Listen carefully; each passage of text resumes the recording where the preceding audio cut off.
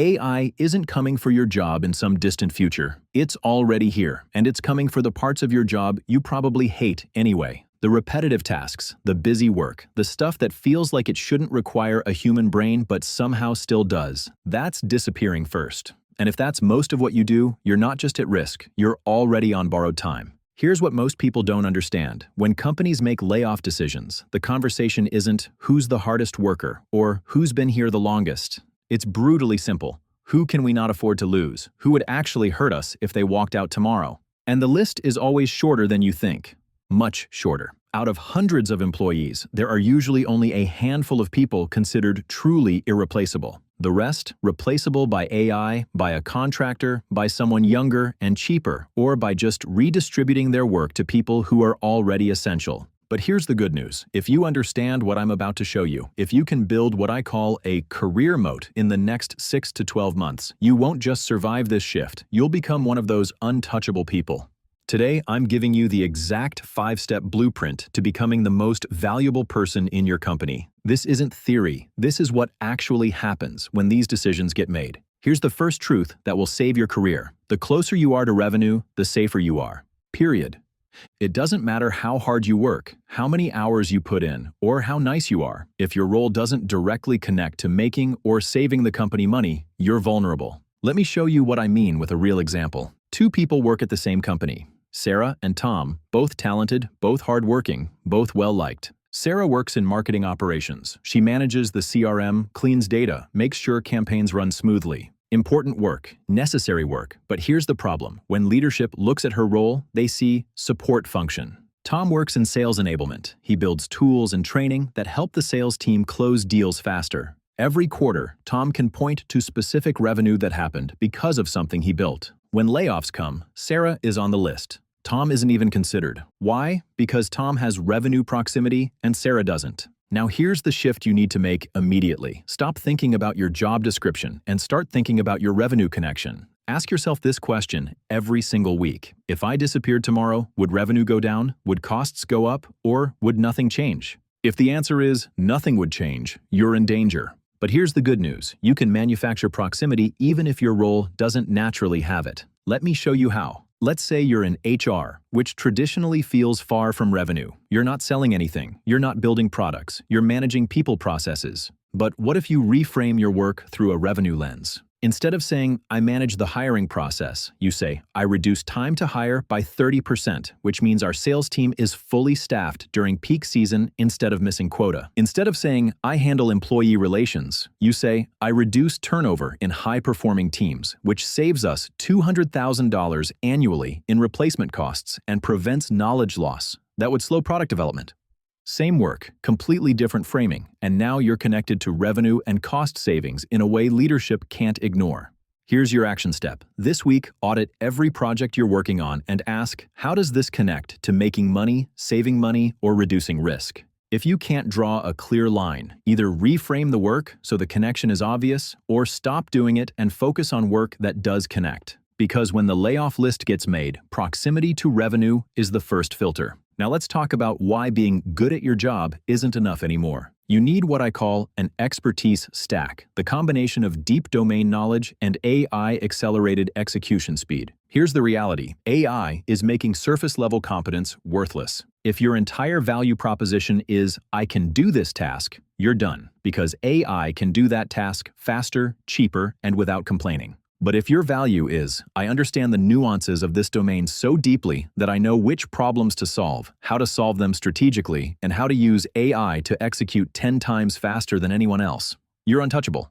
Let me break this down with a specific example. Two lawyers, both can draft contracts, both understand legal precedent, both are technically competent. Lawyer A uses AI to draft contracts faster. Great, he's more efficient. Lawyer B uses AI to draft contracts, but he also has 10 years of deep expertise in mergers and acquisitions, so he knows which clauses will actually matter in negotiation, which risks are worth flagging to the CEO, and how to structure deals that minimize tax liability.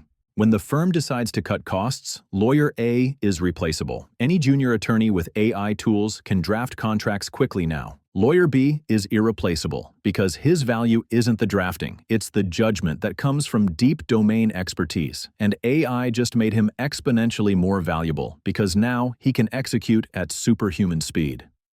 This is the expertise stack, domain depth plus AI speed. And here's how you build it. Step 1. Identify your domain. What is the specific area where you have or could develop deep expertise? Not marketing, but demand generation for B2B SaaS companies with 6 to 12-month sales cycles. Not finance, but financial planning and analysis for high-growth startups preparing for Series A. The more specific, the better, because specificity creates defensibility. Step 2. Go absurdly deep in that domain. Read everything, learn from practitioners, study the failures, understand the edge cases, build pattern recognition that only comes from immersion. You want to get to the point where you can see problems coming before they happen, where you know the answer before someone finishes asking the question. Step 3. Layer AI tools on top of your expertise. Use ChatGPT to draft the first version of anything you'd normally write from scratch. Use AI to analyze data faster than you could manually. Use AI to automate the repetitive parts of your workflow so you can spend more time on strategic thinking. The combination of deep expertise and AI acceleration makes you 10 times more valuable than you were before, while people without expertise become 10 times more replaceable. Here's your litmus test. Can you explain why something matters, not just how to do it? If yes, you have expertise. If no, you're just executing tasks, and AI will replace task execution mercilessly. Now let's talk about something most people completely underestimate. How you communicate determines whether you're seen as essential or expendable. Brilliant people get laid off, while less technically skilled people get promoted, and the difference is almost always communication. Specifically, something I call answer-first communication, and it's the fastest way to sound like a leader instead of a worker. Here's what most people do. They explain their thinking, provide context, walk through their process, and then eventually get to the answer. This is how workers communicate. Leaders do the opposite. They give the answer first, then provide context only if asked. Let me show you the difference. Worker version.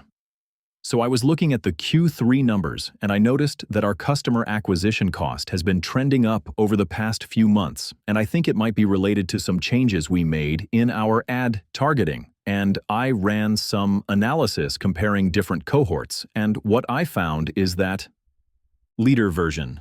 We need to pause the current ad campaign. CAC is up 40%, and I've identified 3 changes we can make today that will bring it back down. Here's the data.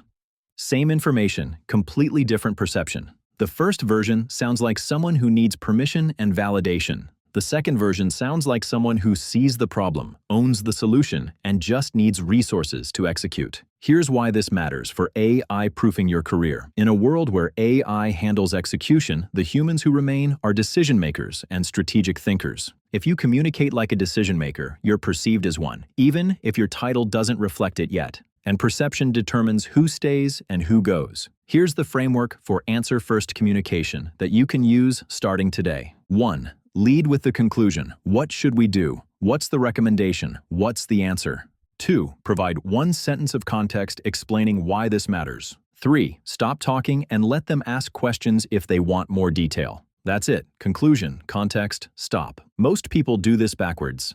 They start with background, meander through analysis, and bury the conclusion at the end if they even get to it.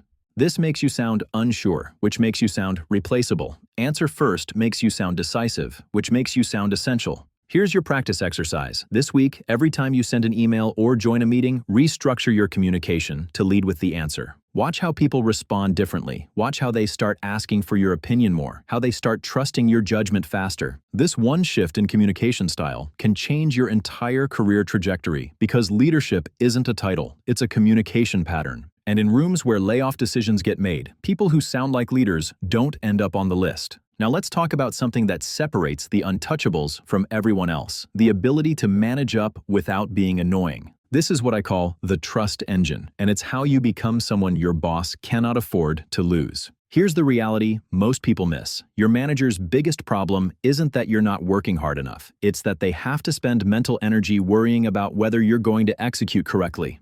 Every person on their team who requires oversight, who needs handholding, who creates surprises, is a cognitive tax on your manager's bandwidth. And when layoffs come, high-maintenance people go first, even if they're technically good at their job. But the people who manage up effectively, who reduce their manager's cognitive load instead of adding to it, become indispensable. Let me show you what this looks like in practice. Low-trust employee, waits for instructions, executes tasks, reports when asked, creates surprises when things go wrong, requires frequent check-ins to stay on track. High-trust employee, identifies problems before being asked, proposes solutions with clear trade-offs, proactively communicates status, eliminates surprises by flagging risks early, makes their manager look good to their manager.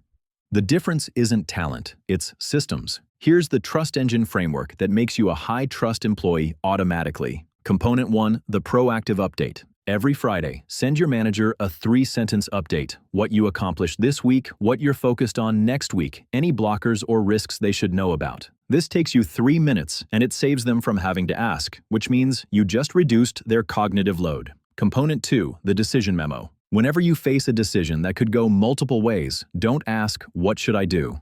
Instead, write a short memo. Here's the situation. Here are 3 options with pros and cons for each. Here's what I recommend and why. Now, your manager isn't making the decision from scratch. They're just approving or redirecting your recommendation, which takes 90% less mental energy. Component 3, the risk flag. The moment you see something that could become a problem, flag it immediately with this format. Here's what I'm seeing. Here's the potential impact. Here's what I'm doing about it. Let me know if you want me to handle it differently.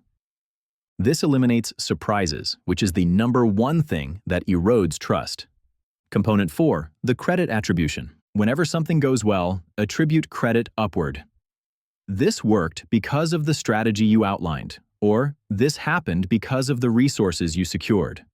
You're not being fake. You're acknowledging that success is collaborative, and you're making your manager look good to their leadership, which makes them protective of you. Here's what happens when you run the trust engine consistently. Your manager stops worrying about you. They stop checking in, they stop micromanaging, they start delegating bigger and more important work to you because you've proven you can handle it without creating problems. And when layoff discussions happen, they fight to keep you because losing you would mean losing the one person on their team who makes their life easier instead of harder. Now let's talk about the mindset shift that separates people who survive disruption from people who get blindsided by it. It's what I call the 7-year horizon, thinking like an owner, not an employee. Here's the problem with how most people think about their careers. They optimize for the next promotion, the next raise, the next title bump. They think in quarters or years, and they make decisions based on what's good for me right now. But the people who become untouchable think differently. They think in 7-year windows, and they ask, what's good for the company long term, and how do I position myself as essential to that future?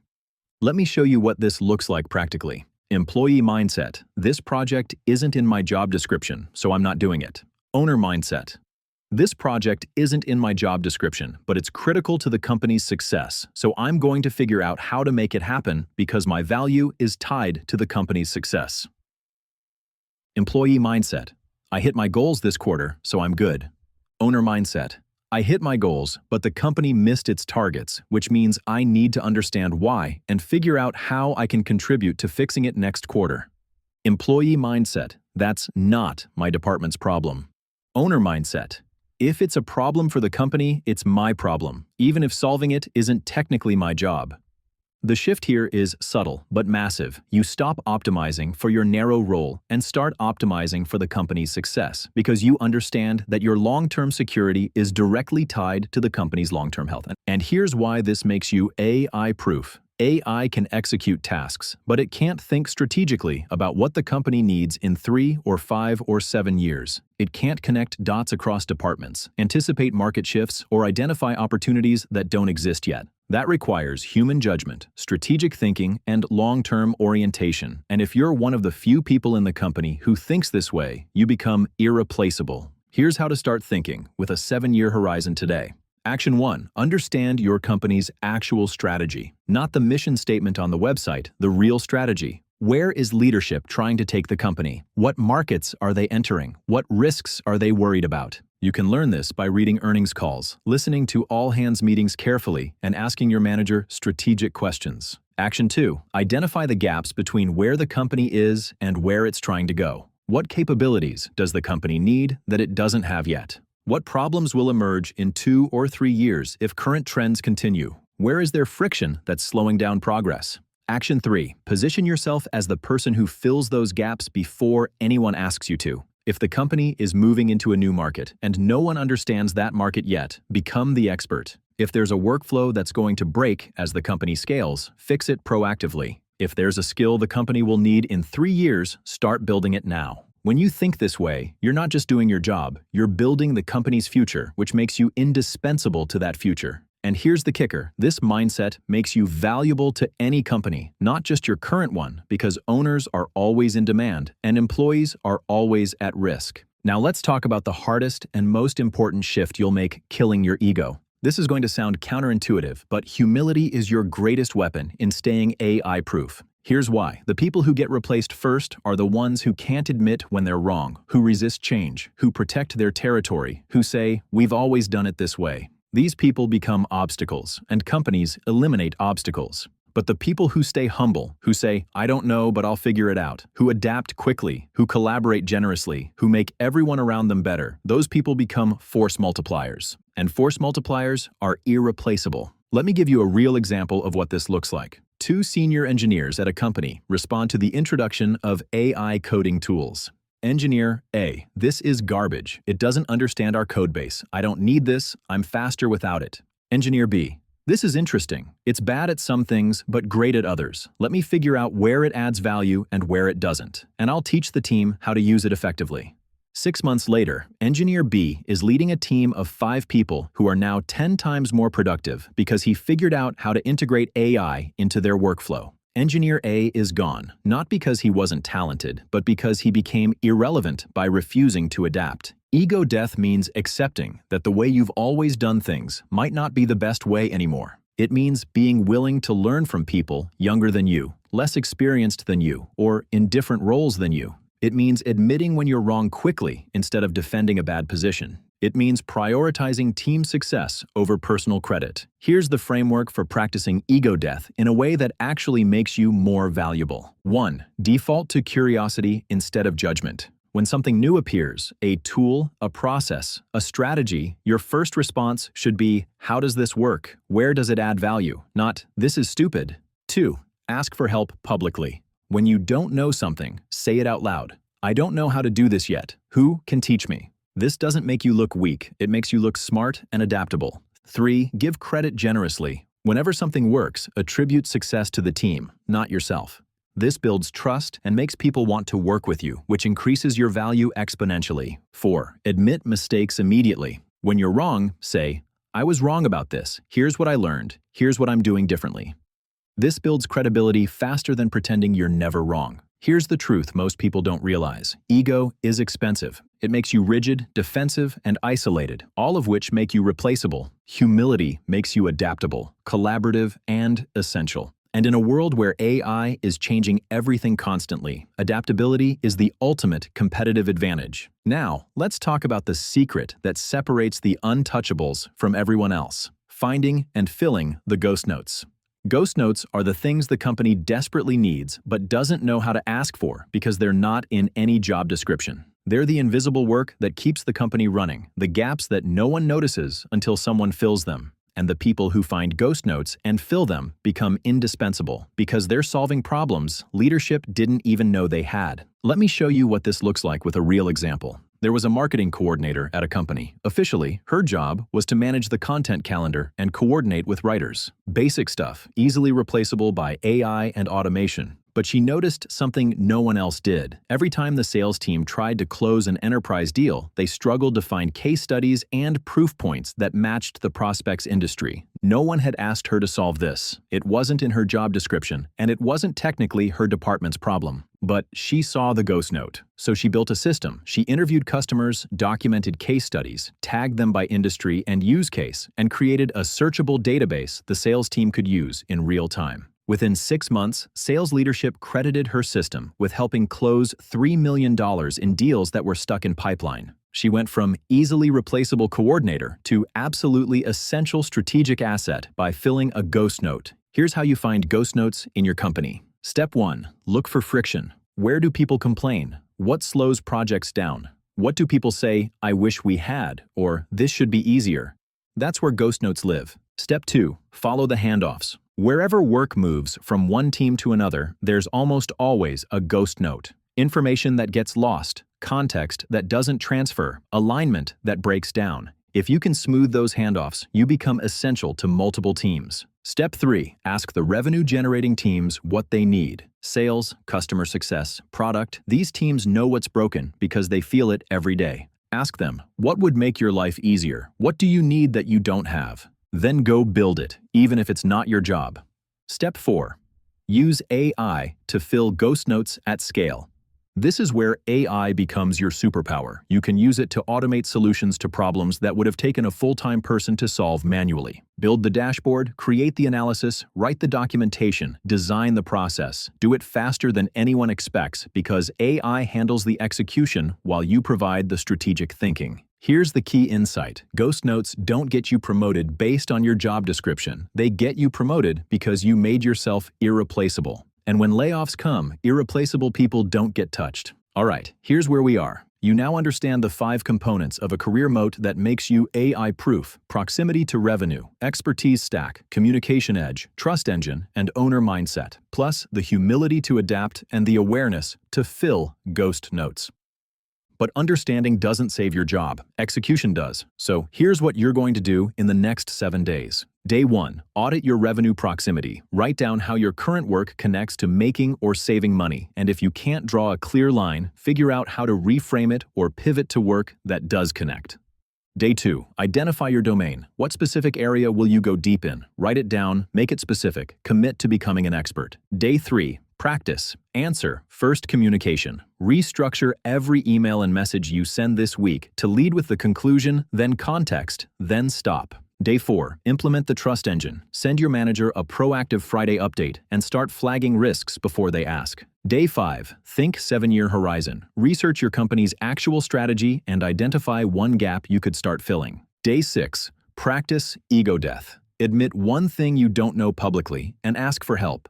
Day 7. Hunt for ghost notes. Identify one piece of friction in your company and start building a solution, even if no one asked you to. If you do these 7 things, you will be measurably more valuable by the end of next week than you are today. And if you keep doing them consistently, you will become one of the untouchables, the people leadership cannot afford to lose. Because here's the truth. AI is not your enemy. Complacency is. AI will replace people who do tasks without thinking, but it will amplify people who think strategically, communicate clearly, and make everyone around them better. The question is, which person are you going to be? If you're ready to build a career moat that makes you irreplaceable, give this video a like. It tells me your career deserves better strategy than hoping things work out. And subscribe because we're building a community of people who refuse to be passengers in their own careers. The layoff email is coming for someone. Make sure it's not you.